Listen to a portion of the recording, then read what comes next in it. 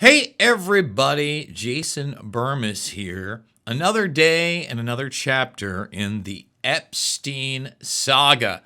Now, we're going to be discussing the latest from Trump, now acknowledging, yes, there are files and saying what? If they're credible, then Bondi can release them. The firing of Comey's daughter and so much more. The Mario Nafal broadcast has really been a godsend for me to get the real information about Epstein and others out there. So buckle up and get ready to make sense of the madness.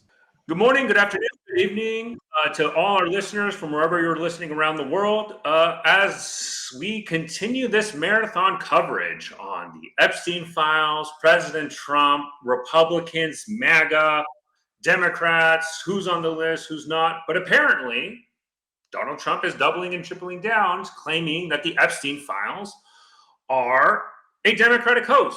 And if you believe in it, you're falling for Russiagate, that somehow Obama, Clinton, Biden managed to get everybody in the file to be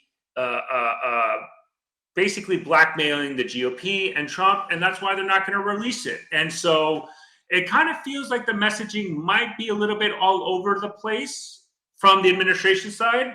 First, they said there was no list, and now Trump says there is a list, but it's a hoax. And now, actually, in his Truth Social, he did say he is now, instead of the Russia hoax, now this is the Jeffrey Epstein hoax. So I'm going to start. Jason, you are laughing. As somebody who's covered this extensively, just got to say, man, based on President Trump, you fell for a Democratic trick. You fell for Democratic propaganda. What do you have to say to that? Well, I just want to say, first and foremost, I was one of the first and only people back in 2016, 2017, actually talking about the relationship between Trump and Epstein, well before NBC got a hold of that video where it's the cringe dance fest. I talked about how it was reported in Filthy Rich that they had a relationship, and the falling out was due to one of the girls. It would end up being Virginia Giuffre Roberts, her father working there as a chef, and essentially Epstein pimping her out. So that is, again, the Prince Andrew, and where a lot of this information that has been unredacted comes from. Now, I would say that there is a plethora of other information out there that they had a long and extensive business relationship, usually with real estate. And there was also reporting to the effect that the fallout was actually through a property deal where Jeffrey Epstein undercut Trump and took a property that he really wanted. Now, I don't know what the truth is, but I do know that Trump is quoted in Vanity Fair as waiting for Epstein and his girlfriend, presumably Maxwell at the time. And when he gets there, he said, "You broke the cardinal rule, Jeffrey. You were late for somebody else's plane," also alluding to the fact that he had flown on his plane as well. So that relationship is a very long one. And the idea, for instance, that this is a Democrat thing. Let's go to Trump's attorney general for a moment, okay? Bill Barr. Number one, I have him laughing hysterically with a news reporter when he's asked whether or not they're going to keep Ghislaine Maxwell from a suicide situation. You can't make that up. I'd love to play it for you. But he also represented Epstein via Kirkland and Ellis and talked about recusing himself from any investigations that came up during the first Trump administration. Now, you want to go even further back. We've talked about the connection with his father and Epstein, but really you have to look back to the BCCI banking scandal that I mentioned on this last one and the arms trade. Because if you listen to some of the pilots from that arms trade, they talk about Bill Barr being an individual known as Robert Johnson. That was his CIA cover, and he was absolutely CIA. That's not under debate. And let's just say they don't paint a very nice picture of Mr. Barr, who they call Robert Johnson. And I'll leave it at that. So before we go into the nitty gritty and kind of the details as you laid out, Jason, I do want to go to the other panelists and all that. And my question, if I may, just from your perspective, because you were talking about the problem is messaging. I mean, can you defend? I'm just going to ask you, can you defend? I mean, Trump saying to his base, if you fall for this, you're basically stupid, I think is the term he said. I don't agree that would be the best messaging campaign. What can Trump do? I mean, he has alluded to that maybe he'll appoint a special prosecutor.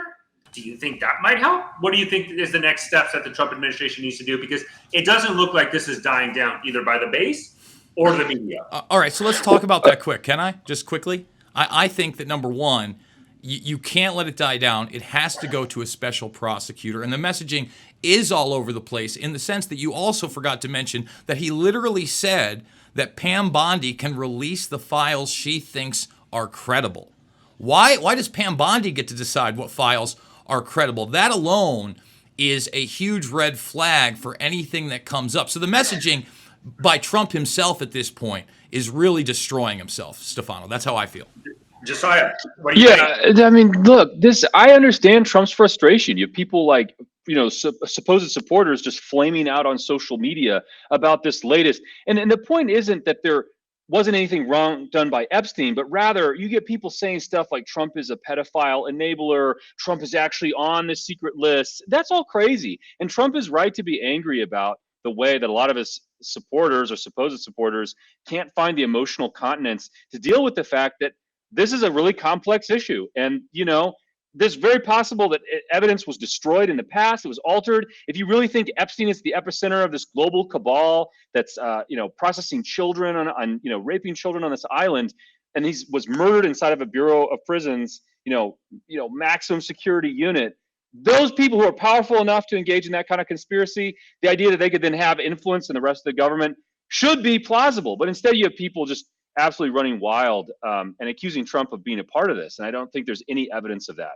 And so in terms of messaging, in terms of how Trump's approaching it, I think he's right to be mad at the way that a lot of these influencers hammer this issue in the midst of him attaining real policy wins. He's delivering for the American people. And whether or not there's documents there that people believe are there, look, they're releasing what they have. And if they haven't released things, then they should release them. But this is getting stupid. Is my point. Like at this point, like what is it that people want? You want a smoking gun? You want to see all these videos? What if they've been deleted? What then? What is there more to release? Well, there's all this other stuff. I mean, maybe, but thank you for the video. I'm going to go straight to Dave. Dave, 2 minutes and 58 seconds now. It's not 2:58. Number one. So again, let's be generous and call it erroneous information was released. Because we have the editing, we have, instead of 1 minute, it's 2 minutes and 58, I believe. This is the exact number. And so again, they say something, they're getting caught in their lies, so the messaging is all over the place. But it also rises this idea of speculations where now people are saying, to Josiah's point, that is the frustrating aspect. Why is Trump now just insulting the people who believe this, who were a core tenet that was maybe not Trump specifically, but a huge component of the MAGA campaign was part of this. Now, the insulting, why do you think Trump is taking this route? Where do you lie in? Is it more kind of like this conspiracy aspect? Or well, I think frustration and terrible messaging? I think he's actually pivoted from that to some extent, calling it a hoax on par with Russiagate, built upon the same people that, brought about and pushed Russiagate. He's now saying that, Bondi can release what she thinks is credible. But the whole assertion that he's coming up with this new Epstein conspiracy theory that it was the Democrats, when it was actually the populist right-wingers talking about this endlessly. And it doesn't make any sense whatsoever that the Democrats are going to forge documents if they're not going to release them. That method only makes sense if they're going to release them and try to frame Trump in this. Now, very few people on Trump's side of this whole thing, or at least supporters of Trump, are saying that they think that Trump is implicated in crimes. They're just saying he's implicated in the cover-up, which he is. And it's not just fake Trump supporters, Josiah. I call Steve Bannon and Candace Owens and Tucker Carlson and Matt Walsh true Trump supporters that are pushing back on this. It's not just the faux ones, and they carry a lot of weight here. Mike, as he mentioned the Democrats, let me go to you quickly on this aspect from your perspective. The Democrats try to do a debate, on the vote that failed. They were saying, okay, this is for Jeffrey Epstein to release the files, kind of the rules and all that. People said, oh, there was other things, and the Republicans started paying it. So that failed. A lot of people, even within, as I think, as Dave mentioned, kind of in the Jeffrey Epstein right-wing populist information space, were kind of riled up about that.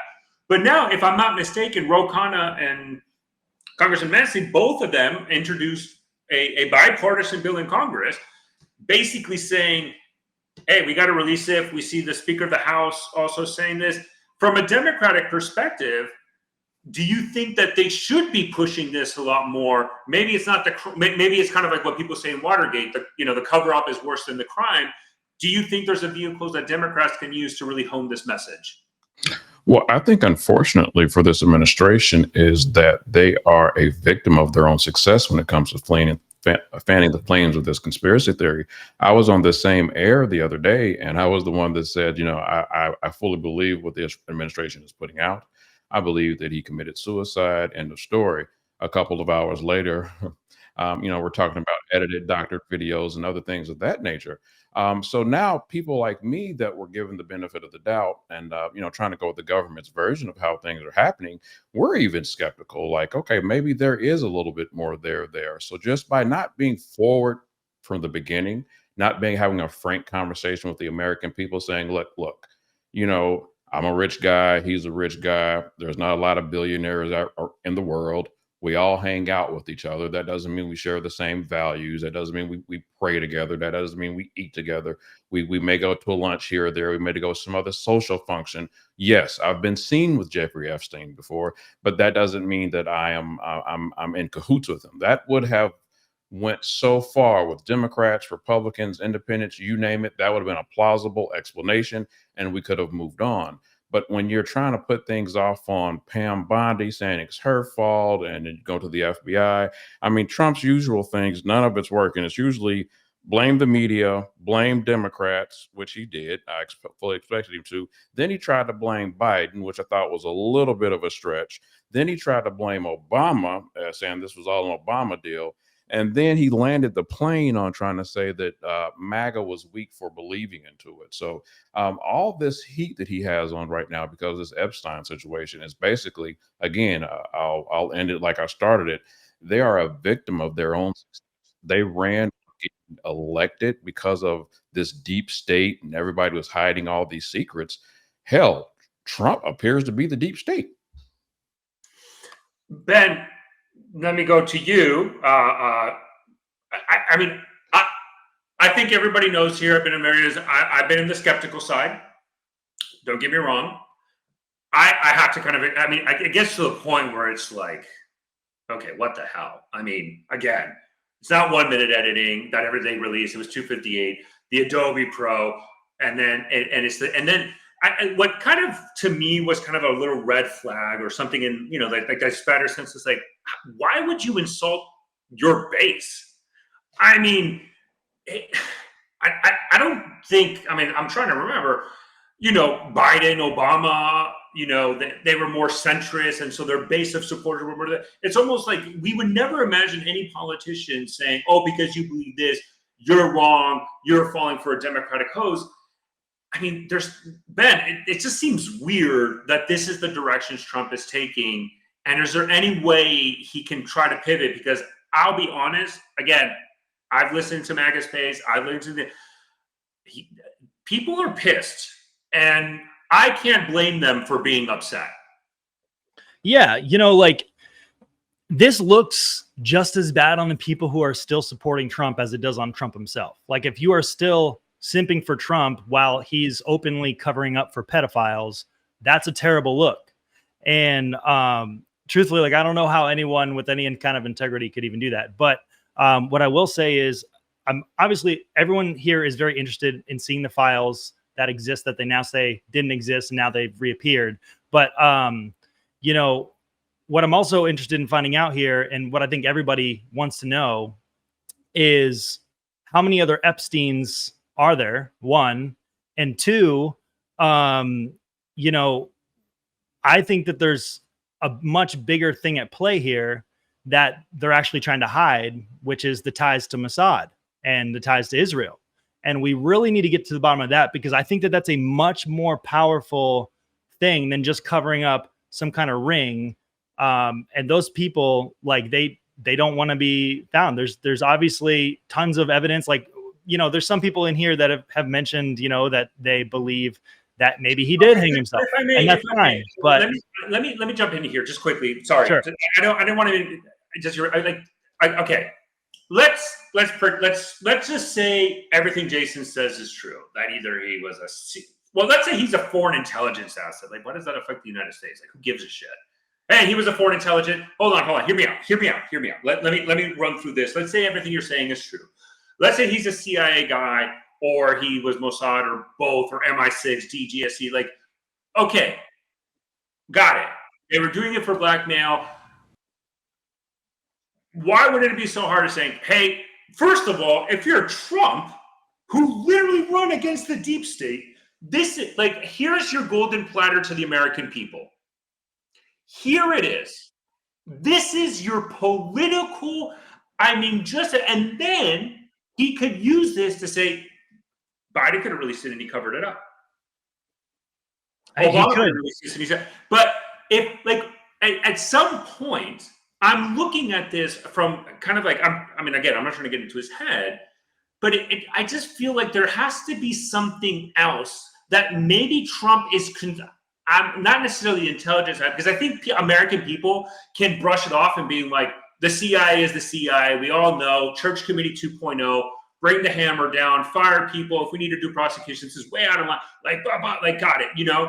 Look, the American people tolerated torturing after 9/11, right? And so I'm just thinking, like, if that's the case, I feel like Trump would be given a gold platter. It has to be something else. And either he overpromised and he just doesn't know how to say, my bad, I was wrong, or something about either him or his inner circle terrifies them much more in a political sense. And the only way they know how to respond is attack. But the problem is you're attacking your base, because the base of Trump is the one who's pushing this much more so than, let's say, Mike would.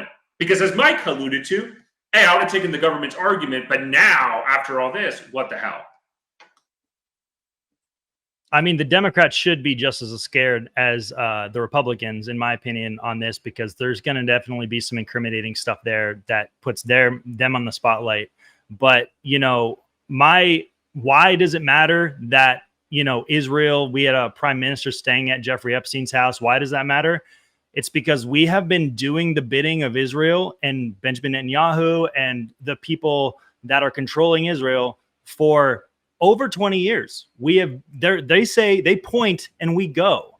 And that's the bigger problem, is that all of these endless wars that we're involved with, they're really fighting more for Israel's interest than they are for our interest.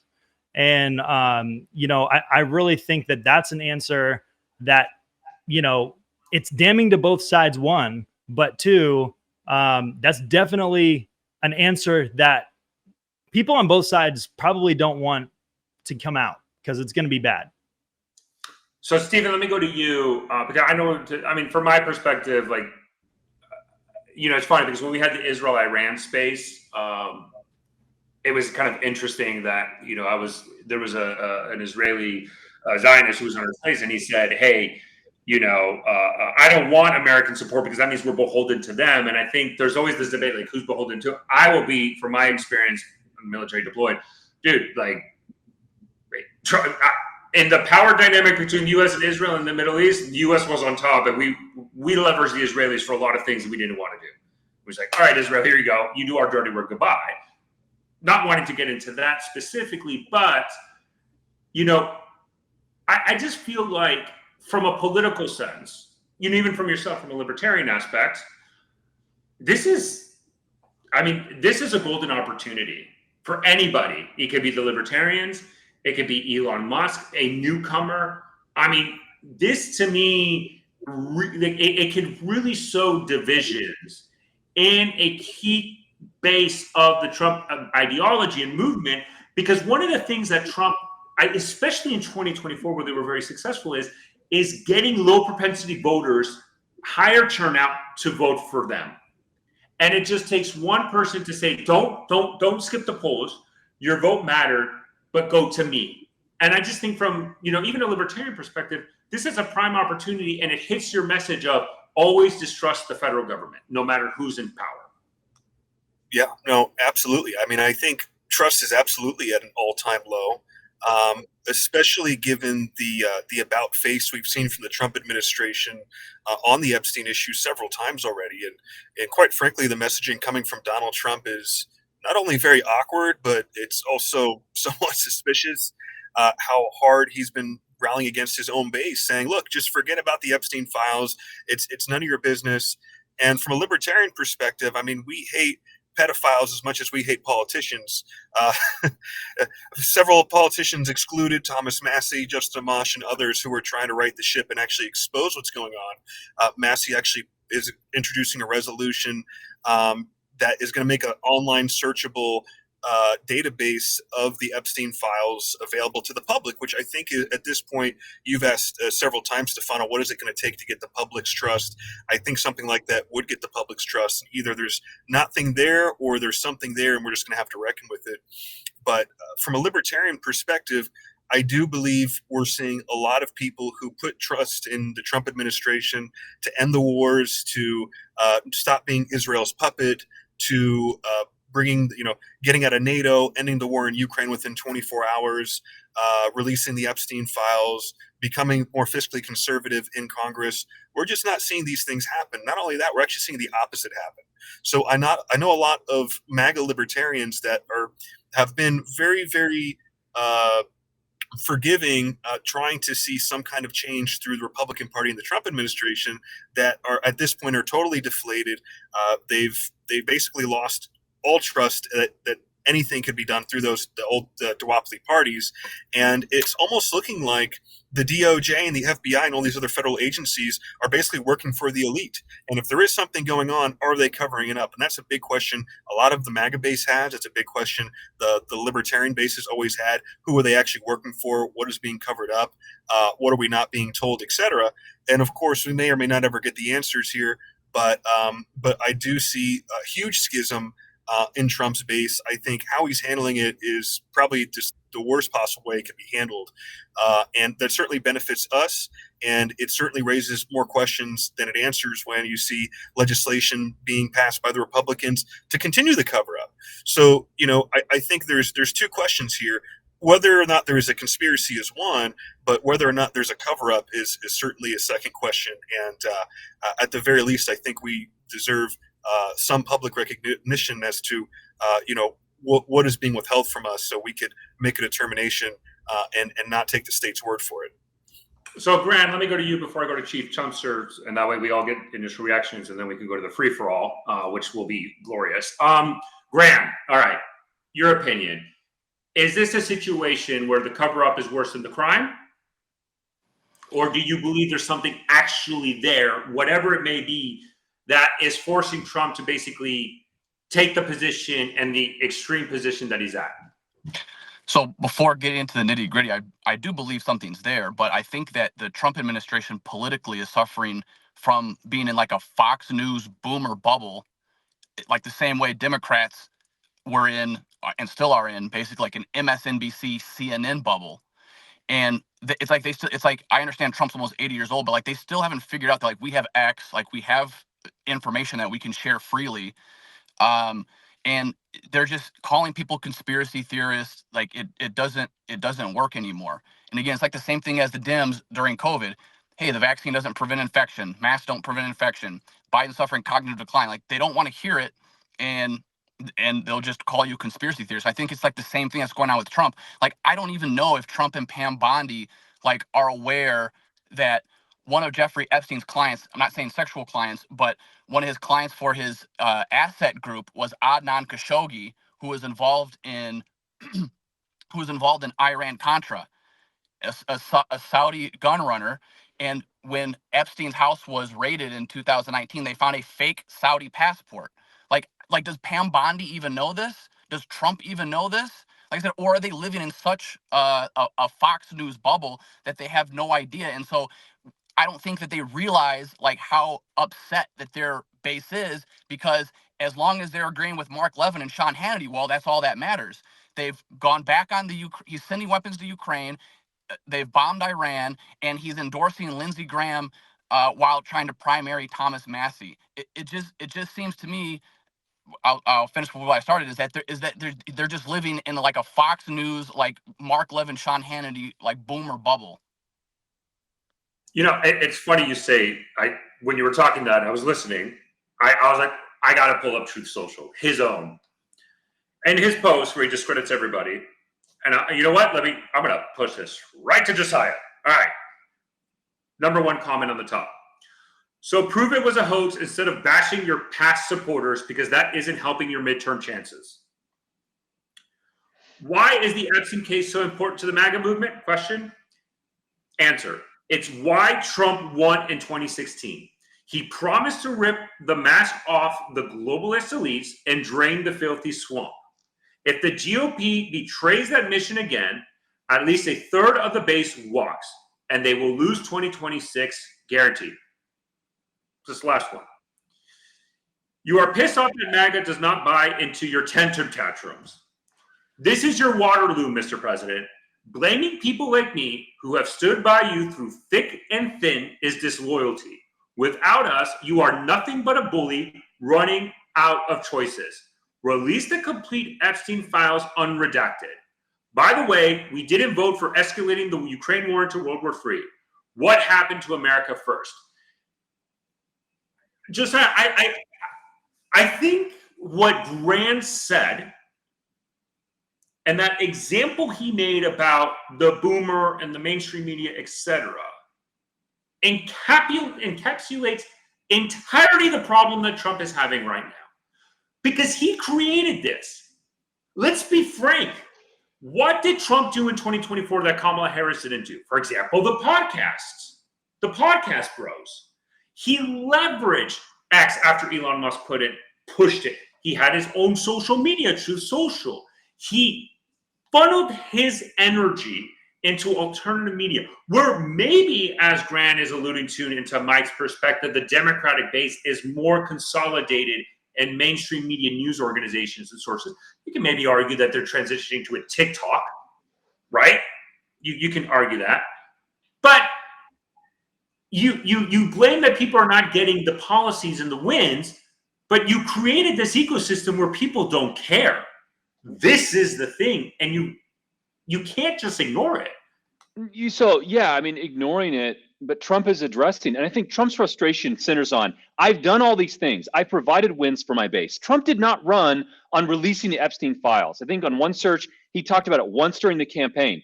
He ran on issues of national sovereignty. He ran on immigration, trade, and foreign war. And it's true. The way that Trump is handling some of these foreign policy initiatives, people disagree about this and that. Trump leans toward, he's not completely out of the liberal world order, but he is leaning toward a more restrained, more America first foreign policy. That's a good thing. That's the most libertarian foreign policy I've seen in my lifetime, despite the fact that there are some issues that a non-interventionist would have with things that Trump has done. But from Trump's perspective, he's out here delivering these wins, and you have people attacking him relentlessly on this thing, and it's not clear, what is it that people want? What is it they want to see out of the Epstein files? I will say this. The worst things in this country happen in the light of day. You don't need to see secret files from Epstein, Little St. James Island, to know that Anthony Fauci and politicians during 2020 locked Americans in their house. They mandated the vaccine.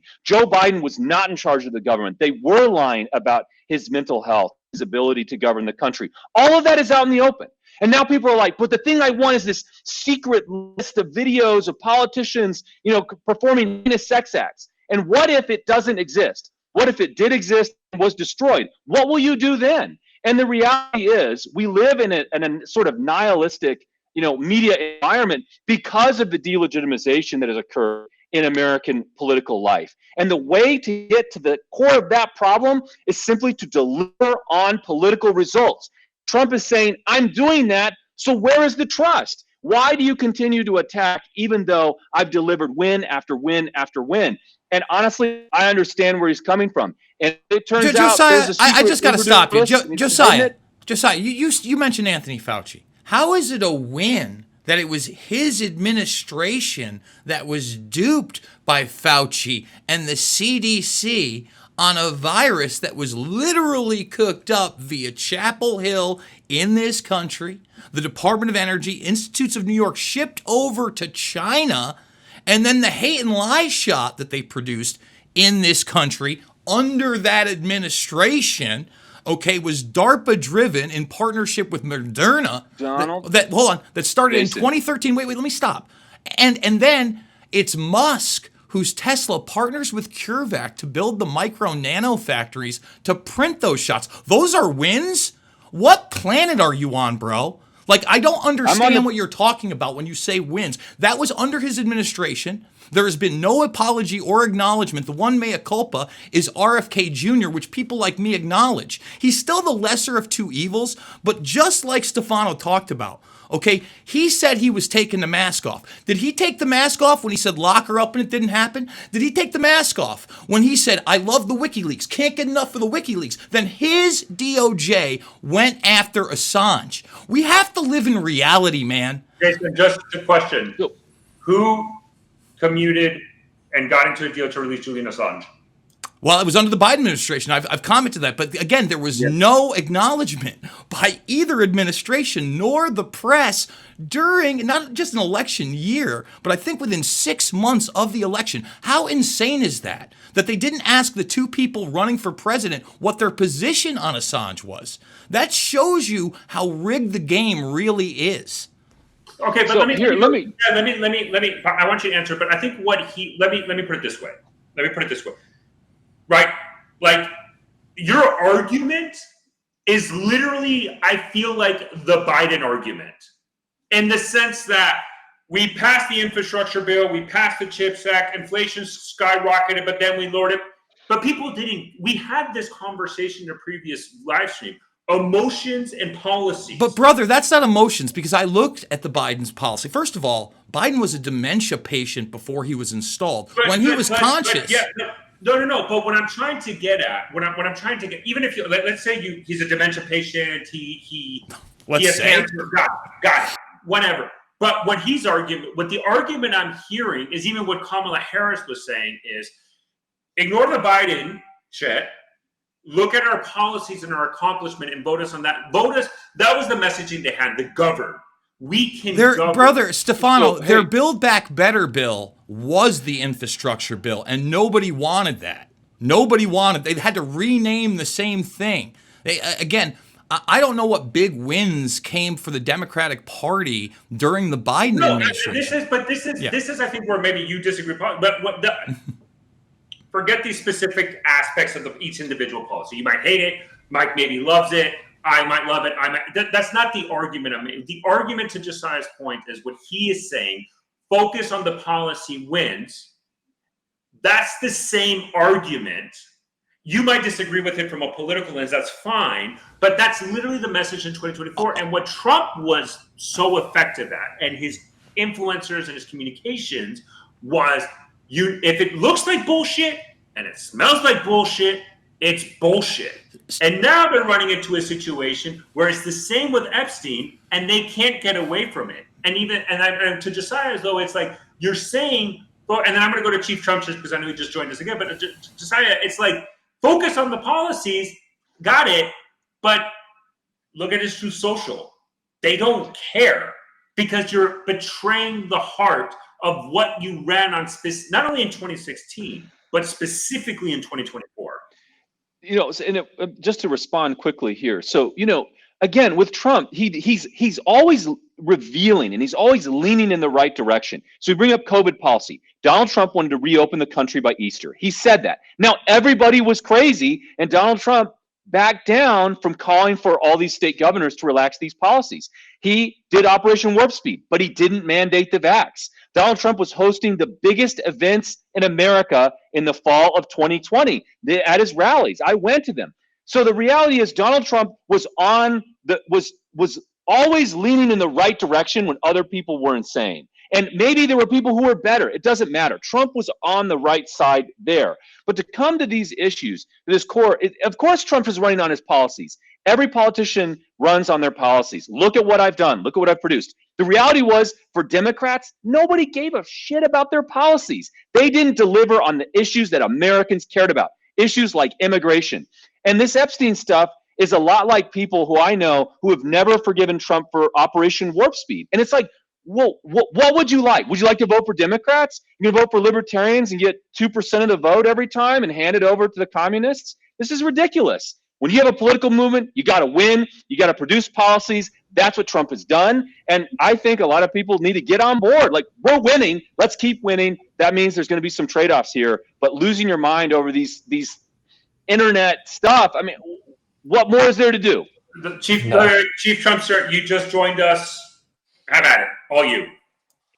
Yeah, so a bunch of things. I'll start with this. I mean, in terms of Post and Epstein, the biggest issue that I've seen for Trump administration on this is at first they said there's no files. And initially, my perspective as one of the panelists on here was the fact that I don't think that there is like some sort of big government or big operation or blackmail chain going on that they leave paper evidence behind or any paper trail that show like these people did this crime, this government did this thing, this operative committed this act against this person. I wasn't under the impression that that would be, it would be found or tracked or anything like that. If they can go and kill off Epstein, they give us some papers. However, because the Trump administration's confusing responses from saying there are no files, them saying, well, actually there are some files, but it's a Democrat hoax, to then saying it's a Obama written files and comparing it to like the Hunter Biden laptop and the 51 agent or 51 intelligence operatives who said there's no laptop or anything. I mean, it's just completely ridiculous. The responses have been contradictory. The DOJ, FBI under Pam Bondi, Kash Patel, Bongino, all of them have been completely just uncoordinated in all of this. And a thing about someone mentioned about campaign promise or whatever, saying there's no promise. He said it 3 times on the campaign trail, campaigning in different media forms. It's not the 1900s. You can campaign on live streams. You can campaign on podcasts. You can campaign in many different media forms. We're not limited just being on a stump speech and saying my policy and that's all it is. He's trying to persuade voters and tell them what he's going to do. He said he's inclined to go and release the files. He's inclined to. He said that on Lex Friedman's podcast. He made other remarks on Fox and one more remark on a separate show. In the past, he also retweeted posts from like I think 2016 during his first run, saying that he wanted an investigation into Epstein and looking into his matters from way back then. The point being is that the Trump administration completely botched their response to this. Pam Bondi did, the DOJ did, the FBI did, Trump did, and now it's gone from that to saying that the people who want the files are somehow stupid for being Democrats or for parroting Democrat talking points, which is nonsense. This point shouldn't be a partisan issue. We should want the truth, regardless of who it implicates. If it's a left wing person that gets caught, so be it. If it's a right wing person that gets caught, so be it. We want the truth. It shouldn't be a left wing, right wing, but just a common sense person issue about this. And I'd be okay if they said, like, because I believe initially that there's no files, but they themselves said there is something there that they're not telling us. So I think it's appropriate to vote with Massey and to go and let us see who votes no on that, and then get the evidence that I hope they Chief, I pass think it and then isn't find that. the bill? Sorry for jumping in, Chief, but isn't that the bill Yeah, that sure. is co-sponsored by Ro Khanna, the Democrat congressman, as well? Correct. Yes, the resolution by Khanna and also by Massey. I think it has 7 co-signers at this point or co-signatures at this point.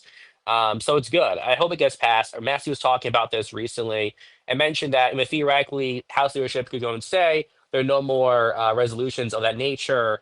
They could go and pull different types of stunts, but they require about 218 or 200 or some amount of votes to go and pass that new bill or the new change or in house rules. So we need to look to see who is opposed to this being released versus who supports it being released. And it's very telling given the direction of the administration that it's just like there's no coordination, no communication, and there's something there that initially I didn't think existed, but now I want to know what it is. Regardless if it's a Democrat hoax or conspiracy, I think we all deserve the truth, and we should hold the truth, or say, want the truth to get the accountability from the Trump administration, from the DOJ and FBI, and anyone else who has any part or any bad role in whatever happened with Epstein, because it's a big mess. And one more point I'll leave it on the plane here.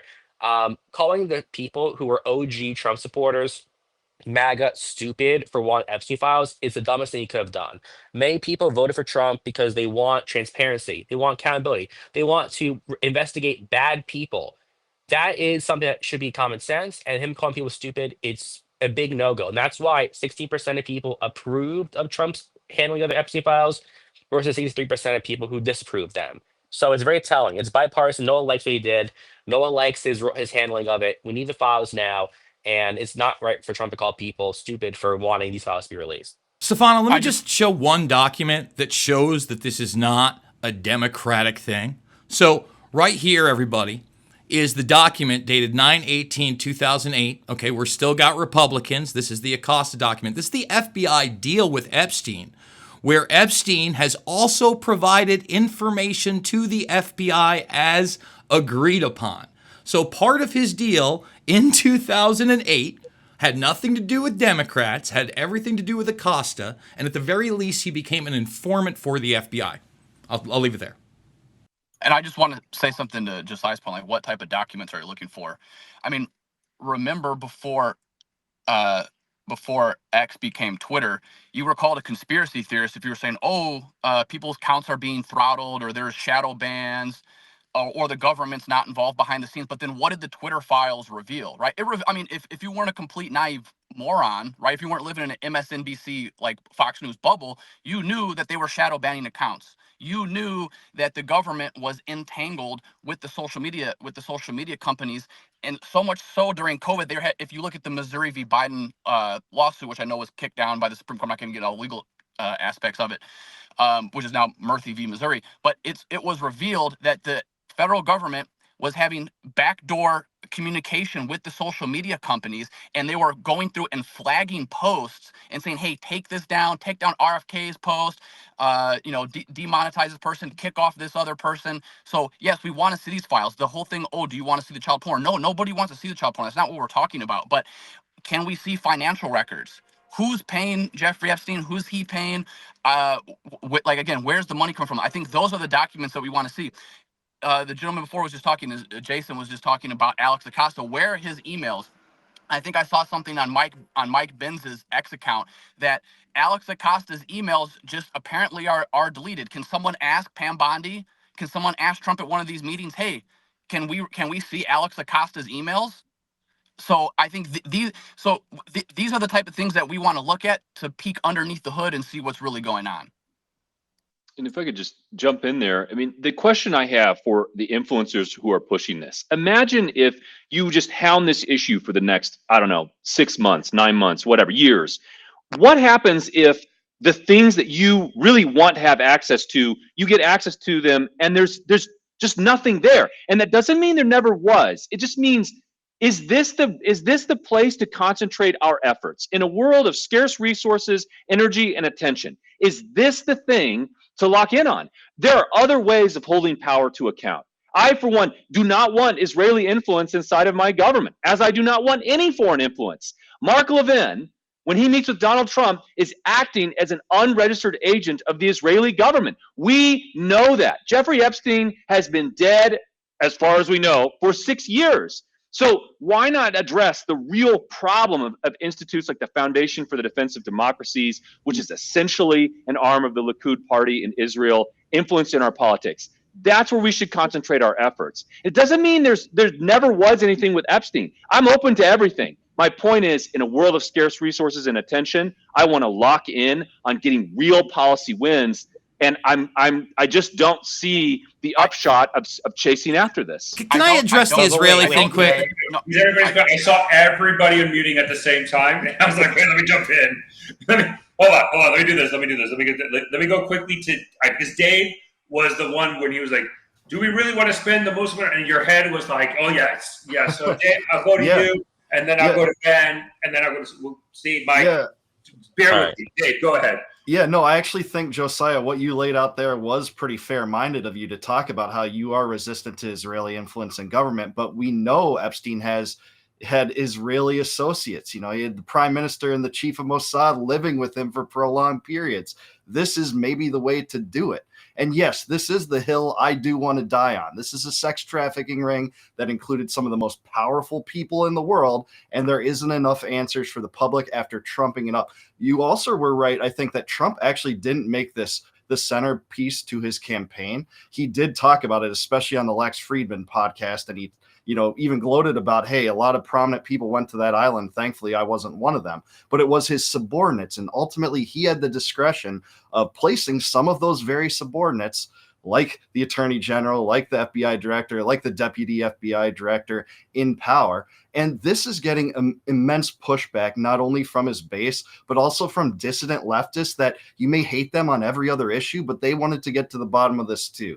And, I'm not partisan in this regard. I want to find out the truth. And yeah, this is the hill to die on for a lot of people, including myself. So that's just what I think.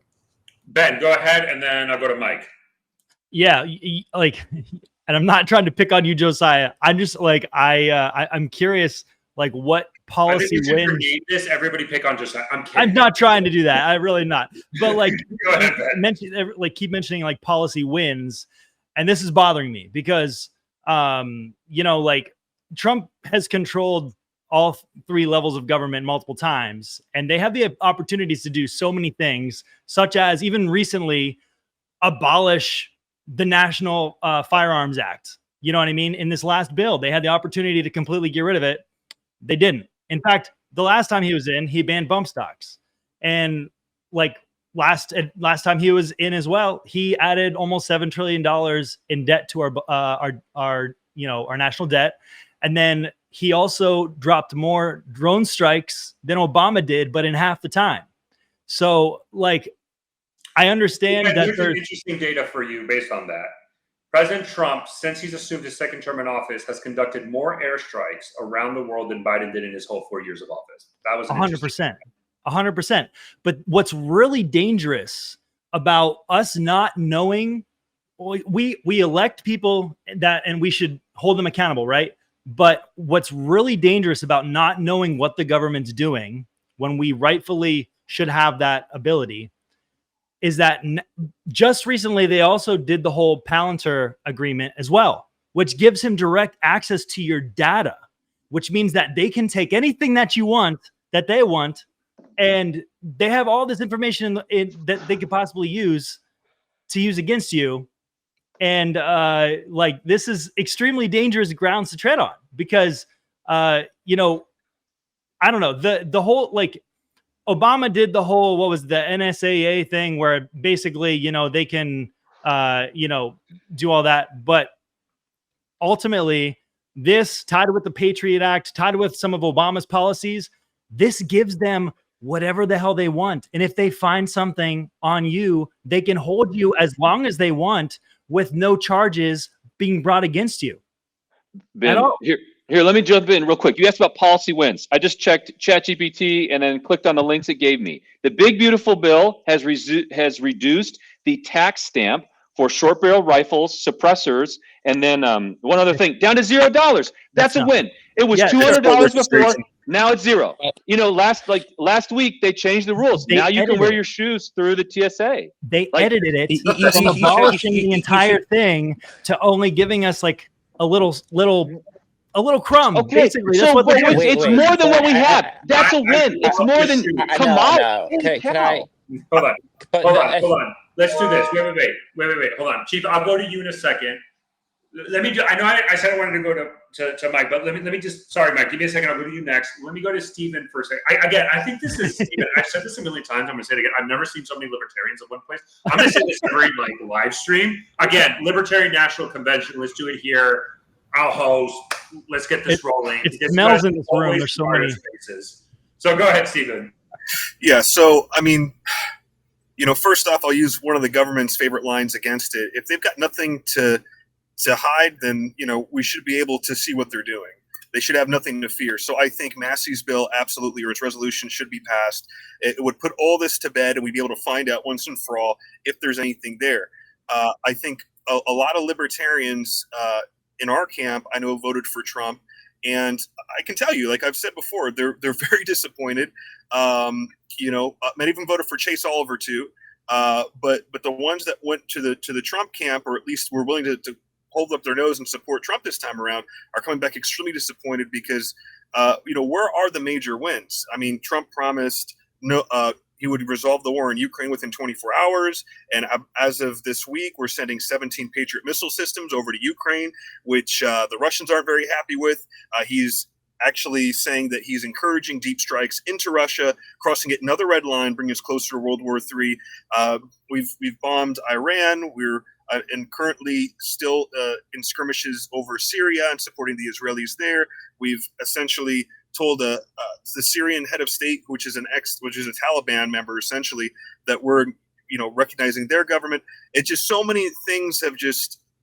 I just don't see the wins, and the Republicans control the executive branch, Congress, and the judicial branch as well. And so they couldn't even pass the Hearing Protection Act and the Short Act. Instead, they had to reduce it to a permission slip. So instead of spending $200 on a tax stamp, I still have to get mommy and daddy government's permission to register my rifle. I mean, these aren't real wins. These are concessions. That is going to wrap it up for part 1 of this latest debate on the Epstein saga. Folks, you know the drill. I need your support now more than ever. Please consider donating. $5, $10, $15. It means the world to me. Big donors, please consider it. The links are down below. And as always, check out the documentary films for free. Ring that bell, share the info, and remember, it's not about left or right. It is always about right and wrong. I absolutely love you guys, and I'll see you all on the flip side.